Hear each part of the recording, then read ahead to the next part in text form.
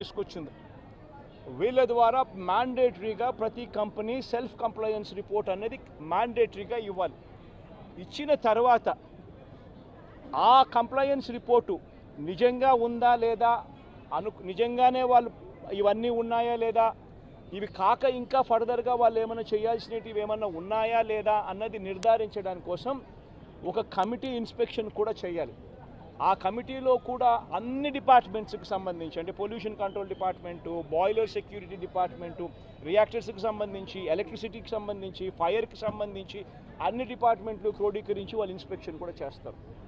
చేసిన తర్వాత వాళ్ళు కంపెనీ యాజమాన్యానికి ఫర్దర్గా ఇవి చేయాలి అని చెప్పి ఒకవేళ ఏదైనా ఉంటే అవి కూడా వాళ్ళు ఐడెంటిఫై చేసి కంపెనీ యాజమాన్యానికి వాళ్ళు టైం ఇస్తారు, కంప్లై చేయండి అని చెప్పి. అది 15 రోజులు టైం ఇస్తారు.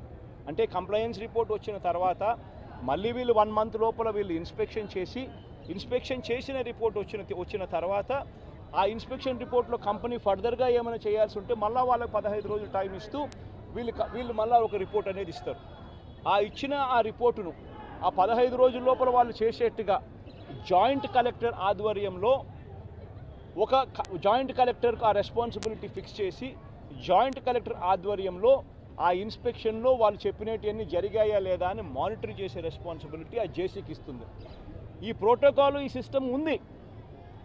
ఇది ఒక రిఫార్మ్ కింద ఎల్జీ పాలిమర్స్ ఘటన జరిగిన తర్వాత నీరబ్ ప్రసాద్ గారి ప్రస్తుత చీఫ్ సెక్రటరీ గారు ఆయన ఆధ్వర్యంలో హై లెవెల్ కమిటీ వేసిన తర్వాత ఆయన స్టడీ చేసిన తర్వాత ఆయన ఇచ్చిన సిఫార్సులతో ఈ జీవో ఇష్యూ చేసి ఈ ప్రోటోకాల్ అనేది ఎగ్జిస్టెన్స్లో ఉన్న ఈ జీవోను తూచా తప్పకుండా ప్రభుత్వం గన మానిటర్ చేసి ఉండింటే, ఇది జరుగుతుందా లేదా అన్నది గన గవర్నమెంట్లో ఉన్న పెద్దలు మానిటర్ చేసి ఉండింటే చాలు, ఇటువంటి ఘటనలు మళ్ళీ పునరావృతం కాకుండా ఉండే పరిస్థితి ఉండేది. కానీ అన్ఫార్చునేట్గా ఏం జరుగుతూ ఉంది, వీళ్ళ ప్రభుత్వం వచ్చిన తర్వాత గత 3 నెలలుగా ఏం చూస్తూ ఉన్నాము అని అంటే వీళ్ళ గవర్నెన్స్ మీద ధ్యాస లేదు. వీళ్ళకు ప్రజలకు సూపర్ 6, సూపర్ 7, సూపర్ 10ల పేరుతో వాళ్ళు ఇచ్చిన మాటల మీద వీళ్ళకు ధ్యాస లేదు.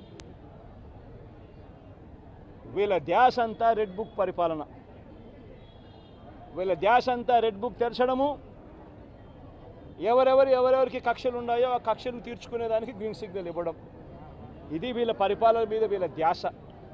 వీళ్ళు పెట్టాల్సిన ధ్యాస ఇటువంటి రిపోర్ట్ల మీద, ఇటువంటి కంప్లయన్స్ మీద, ఇటువంటి ఘటనల మీద ఎవరెవరు ఏమేం చేయాలి అని చెప్పి ప్రోటోకాల్ ప్రకారం జరుగుతూ ఉందా లేదా, ఇవన్నీ జరుగుతున్నాయా లేదా అని చెప్పి చూసుకొని గవర్నెన్స్ పాలసీ రెగ్యులర్గా జరిగి ఉంటే ఈరోజు ఫ్యాక్టరీస్ పరిస్థితి ఇలా ఉండేది కాదు. ఈరోజు ఈ కార్మికులు చనిపోయి ఉండేవాళ్ళు కాదు. ఈరోజు స్కూళ్ళు బాగుపడి ఉండేటివి. ఇంగ్లీష్ మీడియం టోఫుల్ 3వ తరగతిలోనే టోఫుల్ పీరియడ్ని తీసుండేవాళ్ళు కాదు. నాడు నేడు కొనసాగుండేది. గోరుముద్ద కార్యక్రమం బాగా జరుగుతూ ఉండేది. ఇవన్నీ కూడా జరుగుతూ ఉండేటివి. ఒకవైపున స్కూళ్ళు నాశనం అయిపోయాయి, మరోవైపున హాస్పిటళ్ళకి సంబంధించి జనవరి నుంచి రావాలి